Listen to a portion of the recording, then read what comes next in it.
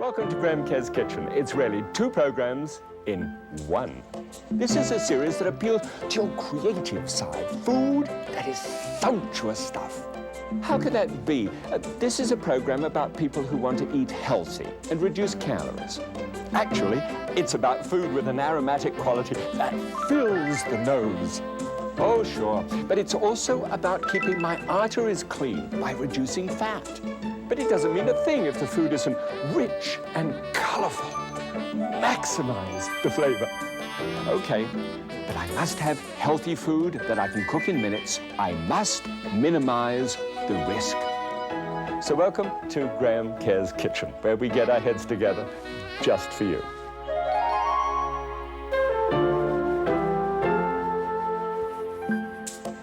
Well, I'm so glad you've joined me today because I've got something which is getting cooked up now, which is absolutely super. As a matter of fact, it's a kind of Chinese-y thing, stir-frying and all that sort of marvelous stuff.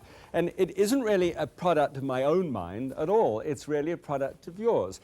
Because I don't know whether you noticed, but in the back page of all my books, I got a little back page which says, I'm trying to find where it is now, it says here, let's stay in touch. And I'm creeping out of the US mail thing.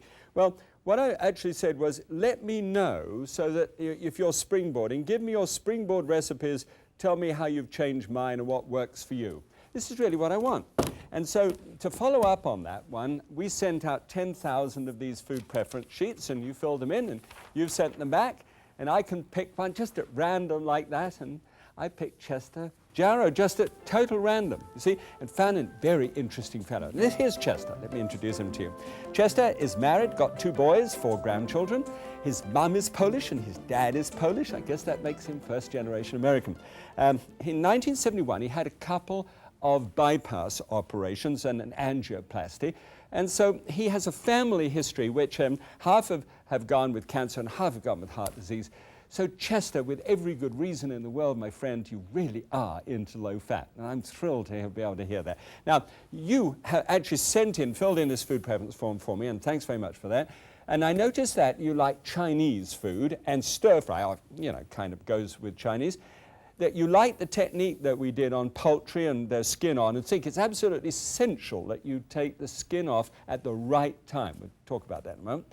And then stir-fried vegetables, one of your favorite recipes. Ginger you like. I didn't ask whether you like crystallized ginger, but let's hope you do, because that's what we're going to do today.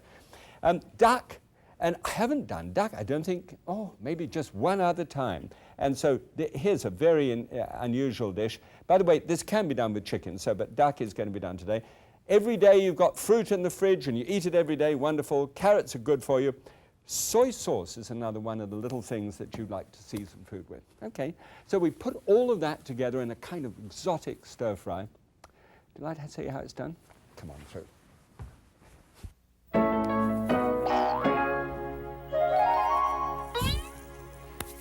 Okay, now, the thing we're going to do is the basic concept is, when do you remove the skin from a piece of chicken? And the answer is, when it's dry heat, you take it off after it's cooked, and when it's moist heat, you take it off before it's cooked. Let me see whether I can illustrate that. Here in the pan, I have 2 breasts of chicken. They come from the identical chicken, okay, from either side, obviously. What I'm going to do here is I'm going to just peel that skin back there just for a moment, just kind of want to make a cut through it. Going to make a cut through there and a cut through here. Oh boy, that second one doesn't. And this has been cooked for exactly the same period of time. Just going to shoot that off to one side there, so as just to let you concentrate upon just the cut surface like this. Now, if you cook it with the skin on it, this one has been cooked with the skin off, and this one with the skin on. All right. Now, if you take the skin off after it has been cooked like that, this is what you get. Well, let's put the skin back on and show you what you get with that one. That's how much you get there. 232 calories and 11 grams of fat. Now you remove the skin, all right, right on there, like so. And then what you've got left behind is 185 calories with just 4 grams of fat. To illustrate that completely, just put it side by side. You've saved yourself 50 calories and 7 grams of fat just by removing the skin. And that I want you to see. It's so slippery around here. This dangling piece of skin here is 50 calories of fat. You know, that's what that is. Now, I'm not saying to you don't eat it. I wouldn't dream of telling you how to eat. But having dangled it before your nose, now you can make a decision about whether to eat it or not.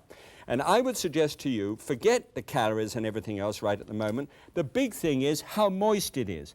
This one I can press and there's moisture. This one is dry. That's because 70% of the total value of a muscle of meat of any kind is about 70% water.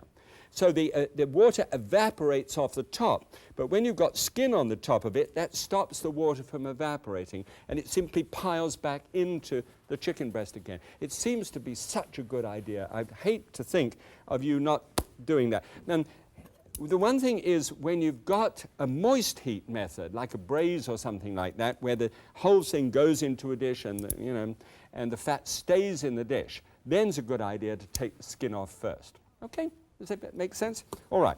Now let's see what's on the menu today.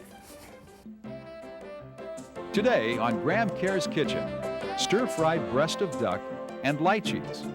Sliced duck breast is cooked with root ginger syrup, soy sauce, and lychees. Okay, Chester, this is your duck.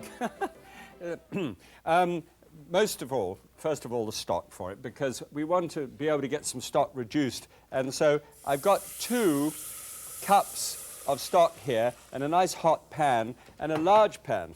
The larger the surface, the area of the pan that you can get when you want to make a quick stock reduction, the better. I'm going to show you how to make the stock and everything else, don't worry. And then this is a can of lychees. Now, lychees is the way it's pronounced. Lychees would make you think, my goodness, duck and something out of a swamp? I mean, this is it. I'm switching channels, so please don't do that. I'll show you what these are. Move over, Henry. I'm going to get to you in a moment. I don't know whether it's Henry actually or Mabel, but anyway, we'll stay with it. Here, this is a lychee. And it's got a sort of waffled colored thing. Looks like Mars would be in close-up. And then turn it a little bit, and it's white and sort of a little belly-like, actually. And when you take them out, they've got a lovely nut which comes out of this cavity here. It's a waxy, beautiful, sweet fruit that I think you're going to enjoy if you can find those. In fact, they should be around. If you ask at any supermarket, just lychee, okay? And they'll know what you're talking about. I hope so, anyway. All right, now we put that on the heat nice and so that we've got 1 cup out of that is the juice. We've got 3 cups here. I want that to reduce by 50%. So you remember the old technique, just mark it like that on a spurtle, and wherever that is, we need it to come down to about halfway mark. All right, that concentrates the flavors. Looks good. Now, Chester, here is your duck. If you've only got a small piece of board like this, you know I've been asking you with poultry and meat and any kind, please keep it separate. When you're going to do any kind of carving in any way, keep raw meat away from cooked meat and from other foods. This is a very simple elliptical diamond dust carving steel. You might not have seen them where they're sort of broad here and narrow. I find it's particularly useful. I just wanted to show it to you. When you're getting a nice sharp edge on a knife and really want to do a good piece of carving. So here we have the duck, and we'll get you on the operating theatre. And here, by the way, remember always, this is poultry and this is a dish which is done with duck but could easily be done with chicken. And in much the same way that I'm doing here, you can actually get the breast of chicken separate and start from there. It's not often that you can buy breast of duck separated in a market, and if you do, you probably have to pay through the nose to get it. So all you do is you just carve down until you get to the wishbone area, and you just feel around the wishbone area with a knife. Keep on peeling it back like that. It's quite simple. And as unlike Martin Yan, who had already been halfway home by now in doing this, isn't he wonderful with a knife? My goodness. And so we just take that around until you've got the actual breast. That's the breast portion that we want there, like so. And here is the leg portion. Break the leg back until you see the ball and socket joint appear, and then just run your knife blade around there as well, and that gives you the leg portion. Now, obviously, I would keep the, I would take the breast off both sides there. It's just a repeat process as far as you're concerned, so I didn't think you'd want to see that. Wash your hands, hot, soapy water when you're dealing with that. Dry them thoroughly. And then you've got the leg, which is going to be used in a separate dish in a moment. And here is the, of course, I've washed my hands before I finished doing the whole thing. So, well, time and motion study, Graham. And just cut around the wing like so, and then just simply trim this so that the extra fat is taken off the outside. It's a very nice thing. It's a 5-pound duck, and this is a very nice, thick, meaty breast there. So this meat, you could, this fat, you could say, well, render it down, and you can use it for salmon and things like that, for cooking salmon. And you can, and it's quite delicious. The only trouble is it's such a lot of fat. Now, what I'm going to be doing here is taking a hot pan and putting that breast cooked there. You've got another side from done previously. Nestle that one down by the side of it. Always put it fat side down, okay? Now with fat side, oh,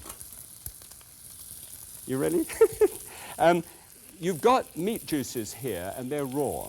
That's why I turned the board upside down. Now this I don't normally do, but just for speed's sake, flip the board there. Now you can work perfectly okay on this side of the board. That's the point in time in which you clean your hands.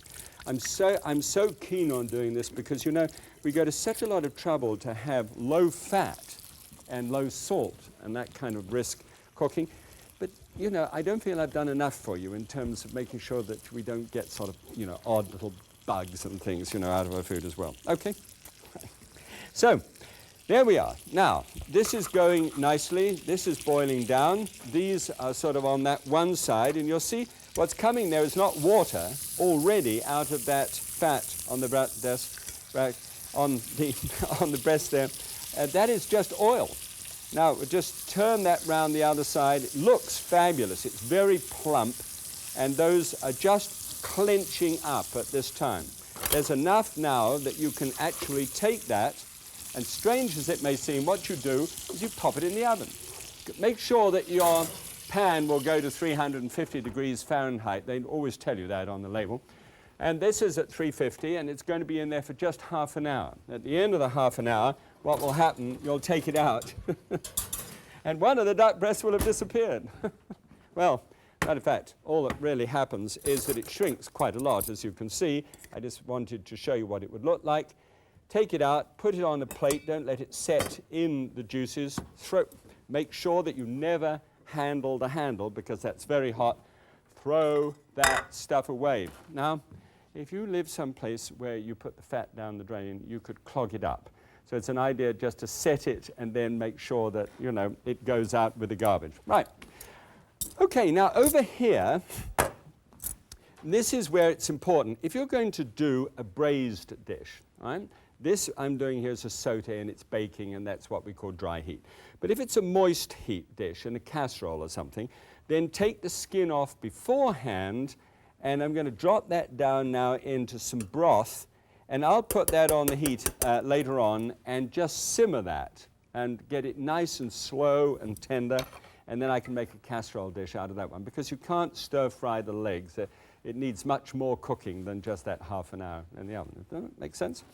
Okay, now, here in this large pan, 1 teaspoonful squirt there of oil and a dozen pieces of green onion.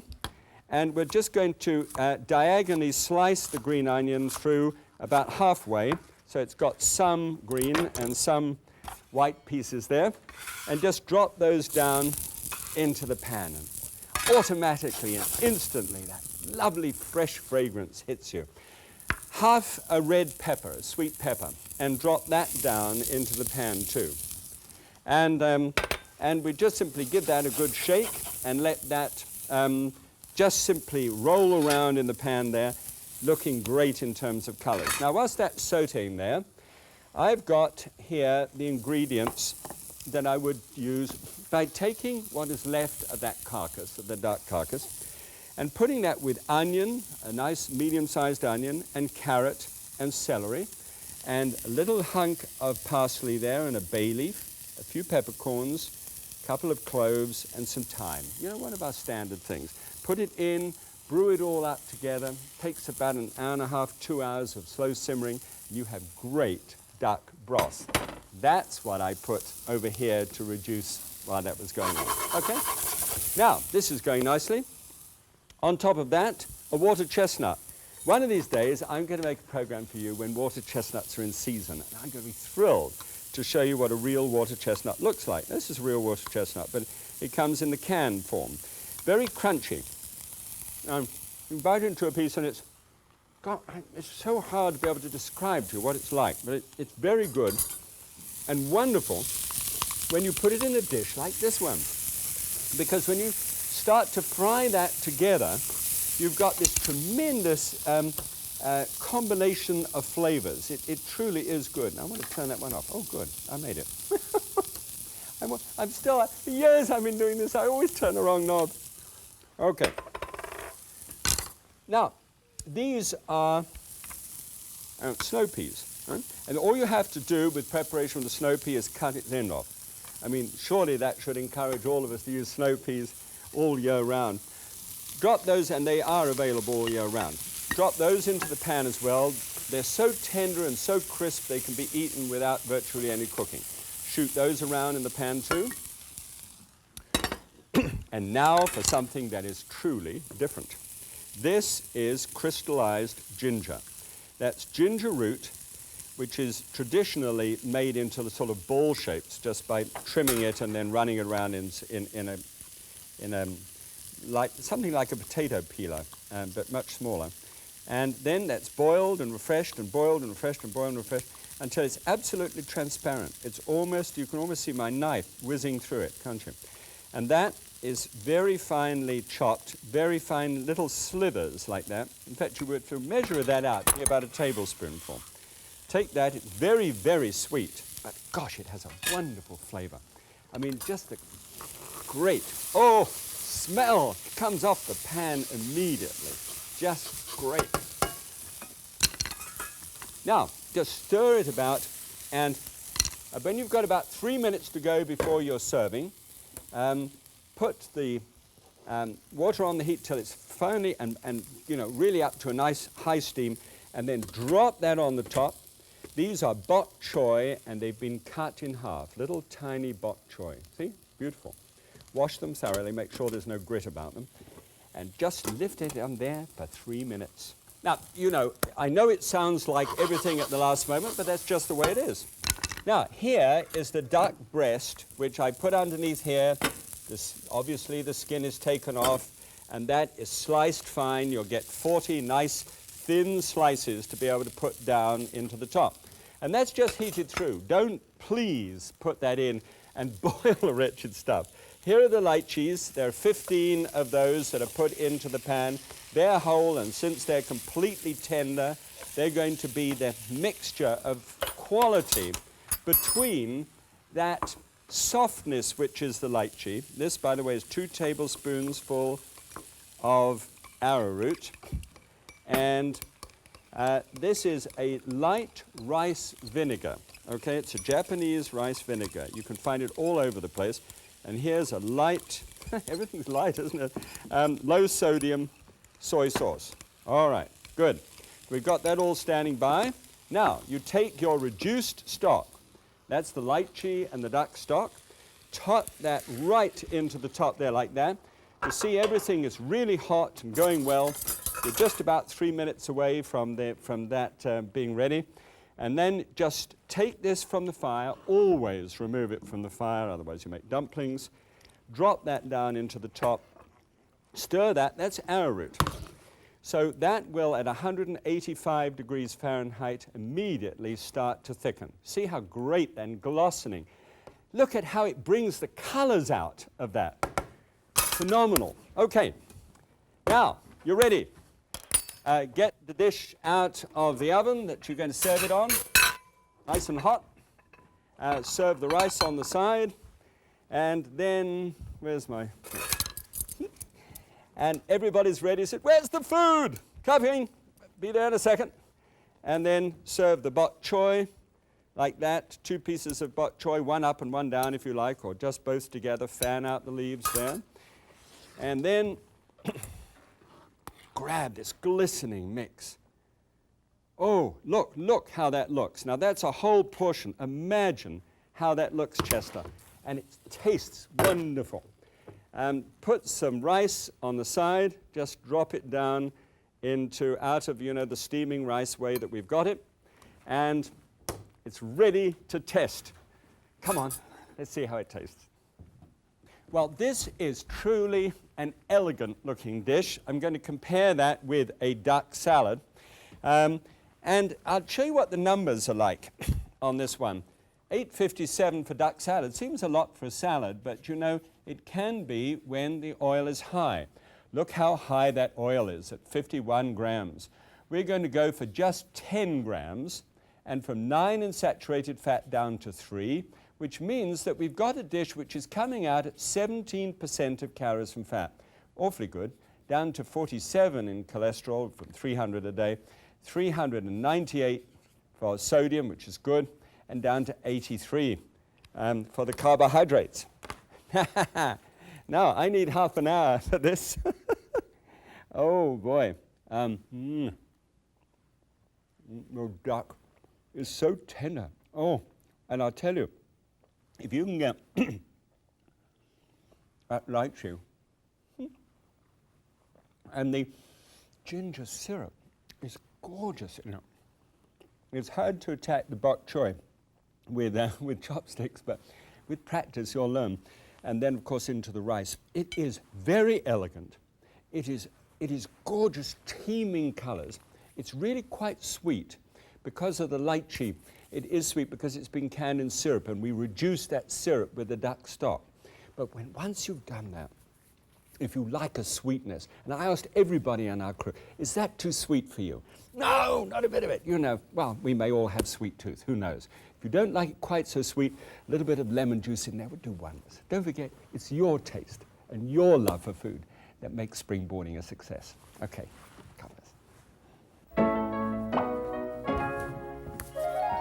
Okay, an extra meal idea. And this is always something that you can do with doing the main dish and can do for the future. Here is that leg. Remember we put the legs into some broth, cook them very gently for just 1 hour. When they come out, you strip them down and they look just like this. You just take them off the leg and you've got quite a nice lot of meat. So my idea would be, whilst you're making the other dish, just simply simmer this on the side and then pop it away in the deep freeze, and you've always got it, take it off the bone first of all, and then pop it together. Now you may like to put it with some roasted peppers. These are peppers, all I did was to take half a red pepper and a yellow and a green one. Well, you could make them all reds, but they look such a nice color. And then a little freshly grated ginger, about a tablespoonful. And just fry that in just 1 teaspoonful of oil and saute that together, and this is what you've got. Looks great, doesn't it? Just like that. Well, then you take some of the broth that you've kept on the side, and that broth, as you pour it into the pan, deglazes the pan. And I've got just on half a cup there, and half a cup of pineapple juice. And I love duck with fresh pineapple juice. There's a whole cupful of fresh pineapple juice there, just stirred into the top. There's nothing quite so refreshing as that rich taste of duck, even with the rich skin taken off it. It just feels rich. And then what you do, you get this up to a nice heat like that. Just take it off the stove and put on 1 tablespoonful of arrowroot and just a little bit of the, just a little bit of the pineapple juice, and just stir that around, and you'll find that'll come to the boil in no time flat. Now, what I did here was to take some rice and also some bok choy, all right? Now, don't forget, you always put just a tablespoonful of soy sauce just to lighten up that slurry there. Now, the best thing about arrowroot is that when it thickens in a hurry. About 15, there we go. That's about 185 degrees Fahrenheit, and it's done. Look what that looks like with that duck there on the plate, and there's peppers. And most of that, you see, is been done already. That's the whole idea, the secret about these extra meals. And with that fresh pineapple, never overcooked. Oh, that goes so well. It's just a great dish. Okay, don't forget, always think of something up ahead of time. Takes a sting out. God bless. Well, P.S. for Chester. Hey, keep on there, Chester. You know, you said just a steak once a week. How about once a fortnight now? You can have the duck in between. All right. Thanks for being here.